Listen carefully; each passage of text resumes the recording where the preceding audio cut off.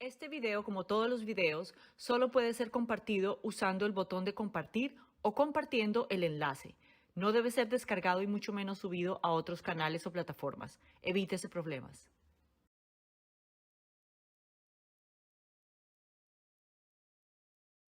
Desde la ley de 1871 que estableció el Distrito de Columbia, hemos estado viviendo bajo la Corporación de los Estados Unidos, que es propiedad de ciertos banqueros internacionales y la aristocracia de Europa y Gran Bretaña. El Congreso aprueba la ley de 1871 para proporcionar un gobierno para el Distrito de Columbia. A partir de 1871, Estados Unidos no es un país, es una corporación. En preparación para el robo de los Estados Unidos, los títeres de la camarilla bancaria del Papa Católico Romano ya habían creado un segundo gobierno, un gobierno en la sombra diseñado para gestionar lo que el pueblo creía que era una democracia. Y aquí, como lo ven, dice, los Estados Unidos de América no es un país, es una corporación y como todos los negocios comerciales, tiene un número de identificación registrado en el stock market. Google it, 28 USC 3002-15. Cada vez que usted vota, usted está votando por este grupo élite. No importa el candidato, puesto que estos son los accionistas de la corporación de los Estados Unidos y de todos los países bajo la NATO.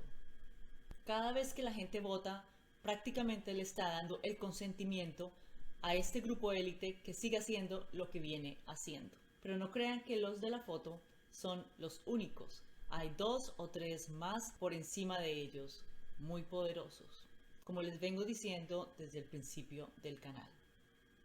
Desde 1871, el presidente de los Estados Unidos y el Congreso han estado operando bajo un conjunto diferente de reglas y políticas. El pueblo estadounidense no sabe que hay 2 constituciones en los Estados Unidos. La mayoría no sabe. Lo que hizo el Congreso al aprobar la ley de 1871 fue crear un documento completamente nuevo, una constitución para el gobierno del Distrito de Columbia, un gobierno incorporado.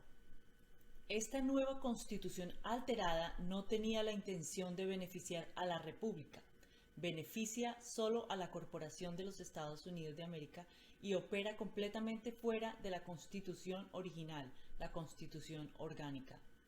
Y como ven, en los billetes está el mismo simbolismo de los Illuminati. A la Constitución solamente le cambiaron una palabra. Era la Constitución para los Estados Unidos de América y la volvieron la Constitución de los Estados Unidos de América incorporado. Al aprobar la ley de 1871, el Congreso cometió traición contra el pueblo que era soberano bajo los subsidios y decretos de la Declaración de Independencia y la Constitución Orgánica. La ley de 1871 se convirtió en la fundación de toda la traición desde que la cometió el gobierno. Y como les muestro que dice ahí, Washington D.C. no es parte de los Estados Unidos. Es una ciudad-estado completamente independiente y sus dueños son los banqueros globalistas, que lo usan como poder militar y financiado por los ciudadanos estadounidenses. Lo que hizo el Congreso al aprobar la ley de 1871 fue crear un documento completamente nuevo, una constitución para el gobierno del Distrito de Columbia, un gobierno incorporado. ¿Qué logró la ley de 1871? Puso a los Estados Unidos nuevamente bajo el dominio de la corona, que es el gobierno del Vaticano. El pueblo de los Estados Unidos perdió su independencia en 1871. O sea que desde entonces los estadounidenses vienen celebrando el 4 de julio, que fue ayer, y no saben que la perdieron de nuevo en 1871. ¿Cómo les parece? Estados Unidos es una colonia de la corona, una corona del Papa Católico Romano. El rey James I es famoso por traducir la Biblia a la versión King James y por firmar la primera Carta de Virginia en 1606, que otorgó a los antepasados británicos la licencia para colonizar los Estados Unidos. En 1868 la 14ª enmienda fue ratificada, acabando con la esclavitud al darle ciudadanía a los americanos, todo aquel nacido o naturalizado estadounidense y sujeto a la jurisdicción del país es ciudadano de Estados Unidos y del estado donde resida. 14ª enmienda del Código de los Estados Unidos. Lo que la gente no sabía es que bajo el Código Liber de la 14ª enmienda, los ciudadanos solo son los que se encuentran en la jurisdicción de Estados Unidos. Esto comprende a los empleados del gobierno, aquellos que viven en territorio ocupado por el gobierno federal, como Washington, D.C., y los ex-esclavos. El resto de la población no estaba sujeta a la 14ª enmienda, aún así podían reclamar jurisdicción bajo la Constitución original. Además, tras terminar la guerra civil, el gobierno federal ya ocupaba los estados del sur, colocando a los capturados bajo jurisdicción del Código Liber. Los estados del sur tuvieron que ratificar esta enmienda para que se les diera libertad del gobierno federal. Así, en vez de abolir la esclavitud, la 14ª enmienda mantuvo a los sureños cautivos como esclavos en la colonia conocida como Estados Unidos de América. Igual que los ciudadanos se convirtieron en corporaciones en 1790 para someterlos a las deudas revolucionarias, los ciudadanos de la 14ª enmienda nacieron para ser franquicias, sujetos a la corporación conocida como United States Inc., y como toda marca corporativa no tenía ninguna protección constitucional. La prueba se encuentra en el nombre en mayúsculas, que significa una entidad corporativa. Tras la Guerra Civil, Estados Unidos incumplió su deuda de guerra. Durante el procedimiento de quiebra, abogados y banqueros internacionales encontraron una laguna en el artículo 1, sección 8, cláusulas 17 de la Constitución de los Estados Unidos, que permitía la creación de otra entidad, conocida como la Corporación de los Estados Unidos de América, para reemplazar la quebrada y difunta República de los Estados Unidos de América. Ocurrió que el fragmento del Acta Orgánica del Distrito de Columbia, en 1871, que incorporó el área del Distrito de Columbia en una corporación privada situada en Londres, conocida como United States Inc. La corporación designó al Congreso como la junta directiva para seguir con los negocios del gobierno bajo ley marcial. Gracias al Código Liber, la jurisdicción federal en virtud de la orgánica se amplió para incluir no solo a los ciudadanos cautivos en los estados del sur, sino a todos los americanos en todos los estados. Así, América perdió soberanía bajo el yugo de la corona inglesa y los banqueros internacionales, durante el tiempo que la corporación de Estados Unidos adoptó su propia constitución, que era idéntica a la constitución original. Para engañar a la gente, una palabra se cambió de la original. La Constitución para Estados Unidos de América, el día de hoy, en todas sus formas, que significa su entidad corporativa, la Constitución de los Estados Unidos de América. Por cierto, la enmienda de los títulos de nobleza fue quitada de la nueva Constitución. Con los Illuminati en total control del país, ahora seguía para ellos controlar el mundo tras la muerte de Adam Weishaupt. En 1830, Giuseppe Mazzini fue escogido para encabezar a los Illuminati. En 1871, el poder se le transfirió al general americano Albert Pike como su nuevo director. A Pike le encantó la idea de que un solo gobierno controlara el mundo y diseñó el plan Illuminati para la dominación mundial. Sus planes consistían en financiar las 3 guerras mundiales del siglo XX. La primera crearía un Estado ateo y comunista de las cenizas del zar de Rusia. La segunda provocaría el holocausto judío bajo un gobierno fascista para aumentar el apoyo al Estado sionista israelí. La tercera manipularía las diferencias de musulmanes y cristianos para que se aniquilaran entre sí. Finalmente, la política sionista sería la ganadora de las guerras. Estas 3 guerras mundiales requerirían enormes cantidades de dinero, ya que la mayoría de la realeza europea estaba hundida en deudas gracias a numerosos conflictos creados por la dinastía bancaria de los Rothschild. El único lugar que podía pagar planes tan ambiciosos sería la próspera República Americana. Tras la Guerra Civil, Estados Unidos, con su gran crecimiento industrial, las nuevas industrias del petróleo, metal, textiles y ferrocarrileras, todo el financiamiento requerido, tenía a la familia Rothschild ansiosa por proveerlos. Para acceder a este mercado, los Rothschild mandaron a su agente Jacob Schiff a infiltrarse en Nueva York, al sector bancario que era controlado por JP Morgan. Al final del siglo, los Rothschild se habían establecido en el estrecho círculo de los bancos de Wall Street como Goldman Sachs y Lehman Brothers.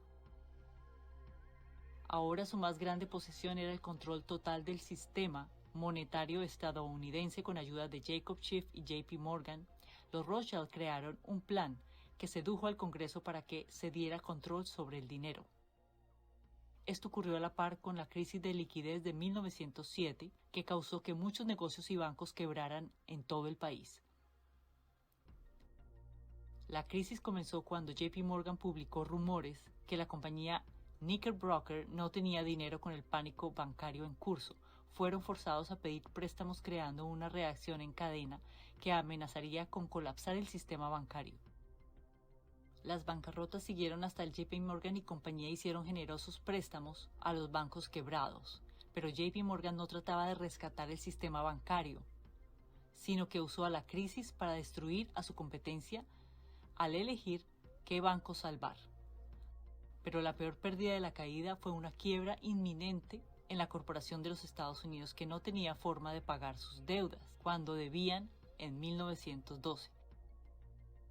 Anticipando la quiebra, representantes de las familias más poderosas se reunieron en noviembre de 1910 en el secreto resort de la isla Jekyll, en Georgia, para discutir la quiebra de los Estados Unidos y pensar soluciones que prevenieran futuras crisis como la de 1907.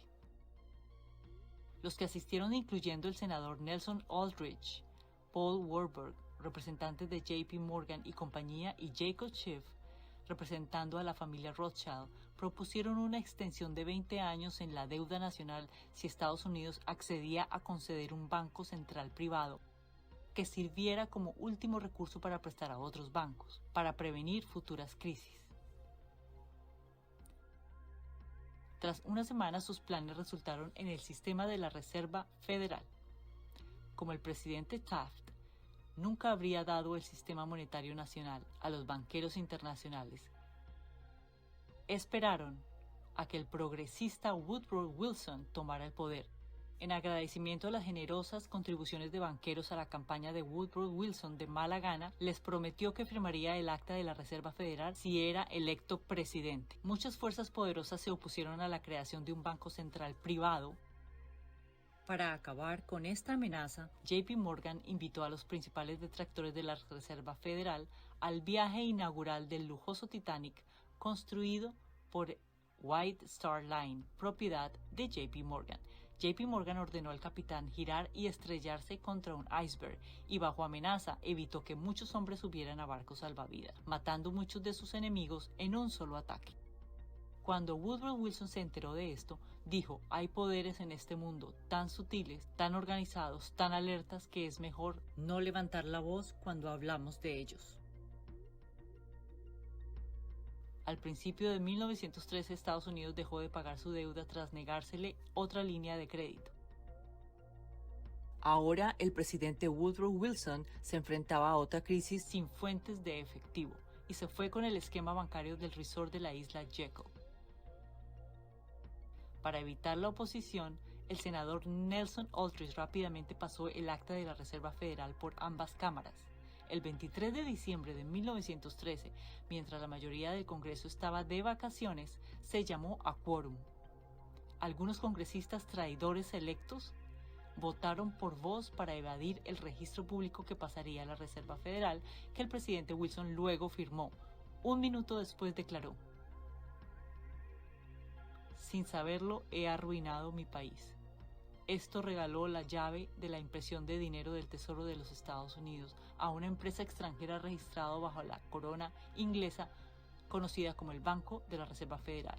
La Reserva Federal la creó el Congreso en 1913 y se lo confió al poder otorgado originalmente por el Congreso por la Constitución para acuñar dinero y ajustar el valor.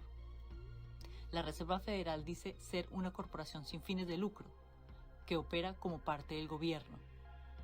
Sin embargo, sus miembros no son electos y sus reuniones se llevan a cabo a puerta cerrada, lejos del escrutinio público.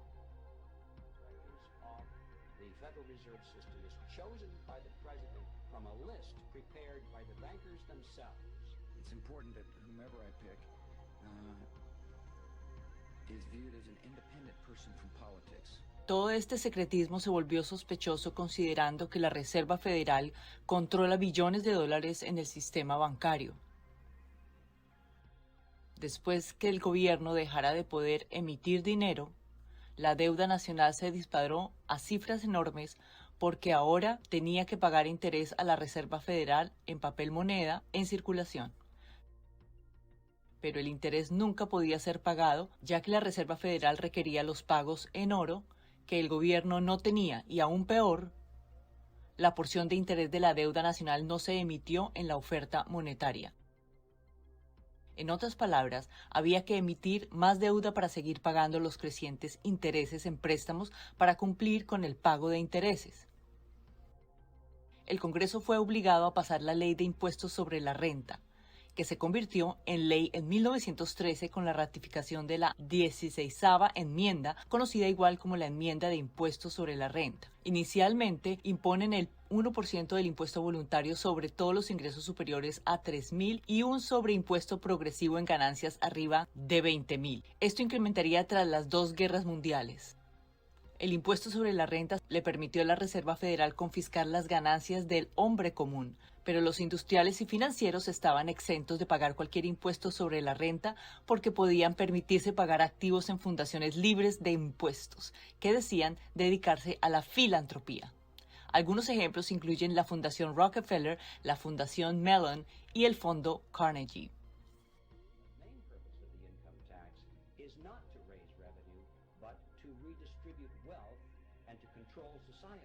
Técnicamente, la 16ª enmienda no fue ratificada por todos los estados, ya que viola la cláusula constitucional antiimpuestos directos. Igualmente, el Congreso estableció impuestos.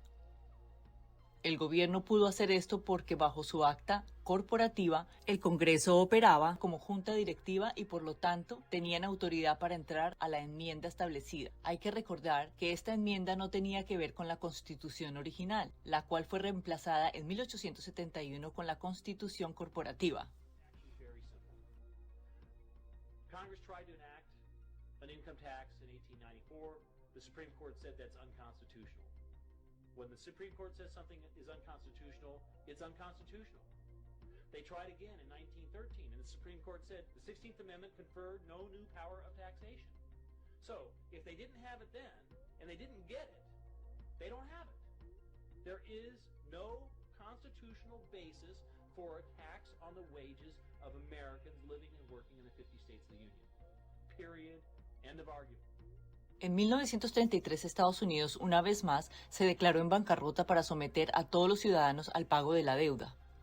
Banqueros establecieron una corporación en Delaware conocida como la Oficina de Ganancias Internas, pero esta corporación ilegalmente se hacía pasar como parte del gobierno, poniéndose en constante riesgo de pleito legal. Para evitar esto, sacaron la jurisdicción del país a Puerto Rico. Ocurrió en 1953 cuando cambiaron su nombre al Servicio de Impuestos Internos o IRS, incorporado como un fondo de Puerto Rico en la división del Departamento del Tesoro de la Mancomunidad de Puerto Rico.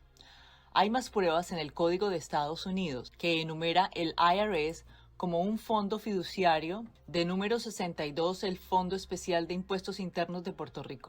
Esto se hizo para desviar los pagos al Fondo Monetario Internacional que le pertenecía a bancos centrales en América y Europa y por la corona inglesa.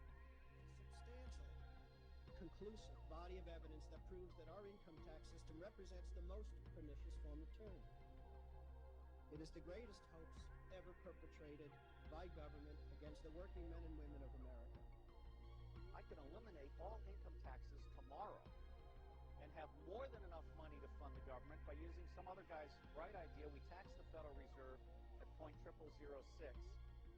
doubles our money until we decide to put them out of business permanently, because we certainly should not have central banks. La evidencia de que el impuesto sobre la renta es pagado a Inglaterra se encuentra en el archivo del IRS, que contiene cada transacción recabada por oficiales del IRS de toda la vida.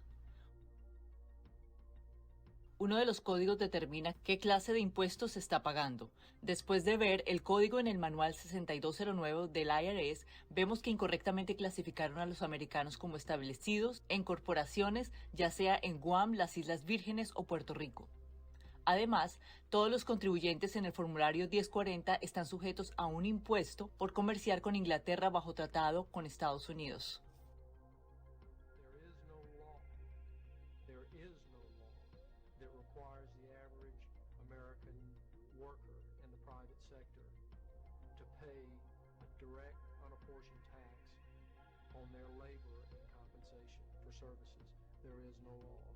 Siguiendo el resto del dinero, encontramos que los impuestos de la forma 1040 son enviados a la corona inglesa como tributo. La corona inglesa como corporación soberana ubicada en 677 acres de la ciudad en el corazón de Londres. Esa pequeña sección contiene a los bancos más poderosos como el Banco de Inglaterra y los Lloyds de London, propiedad de los Rothschild. Son estos bancos y sus contrapartes, los abogados de ahí, que forman la base del poder, conocida simplemente como la corona, aunque la reina es parte de ese club, no es su cabeza. Esta tarea se la dieron al pontífice de Roma. El Papa recibió el control de la monarquía tras la firma del Tratado de 1213 entre el rey John y el Papa Inocencio III, que prometió a Inglaterra como un estado vasallo del Imperio Romano.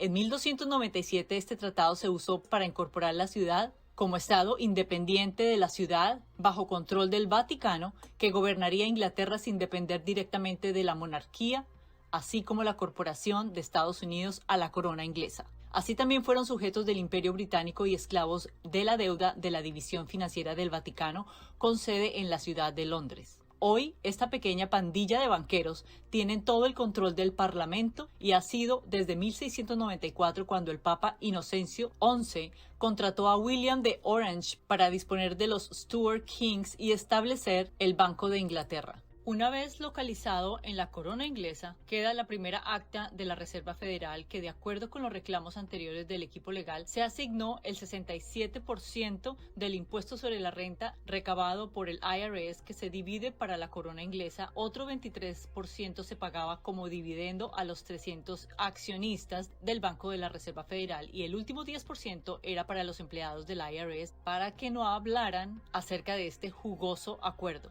Desde 1913, nada del impuesto sobre la renta ha estado en las manos del gobierno federal. El gobierno federal es financiado a través de fuentes ilegales, como el tráfico de drogas y estados de cuenta fuera del presupuesto del reporte financiero anual. El artículo primero, sección 8 de la Constitución establece que el Congreso tendrá el poder de acuñar, crear dinero y regular su valor.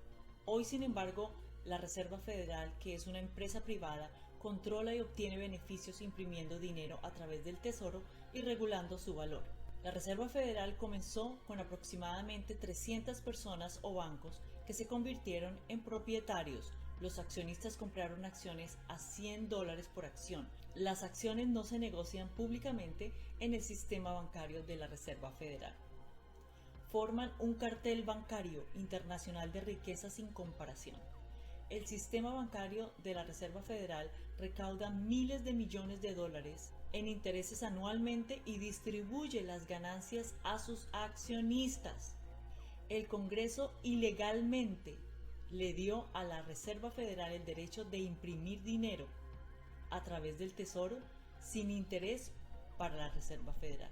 Esta crea dinero de la nada, se lo presta a sus ciudadanos y le cobra intereses sobre ese dinero. ¿Quiénes son los propietarios de los bancos centrales de la Reserva Federal? La propiedad es de 12 bancos centrales, un secreto muy bien guardado que se tenían, pero ya ha sido revelado. Rothschild Bank of London, Warburg Bank of Hamburg, Rothschild Bank of Berlin, Lehman Brothers of New York, Lazard Brothers of Paris, Kuhn Loeb Bank of New York, Israel Moses Sif Bank of Italy, Goldman Sachs of New York, Warburg Bank of Amsterdam y Chase Manhattan Bank of New York.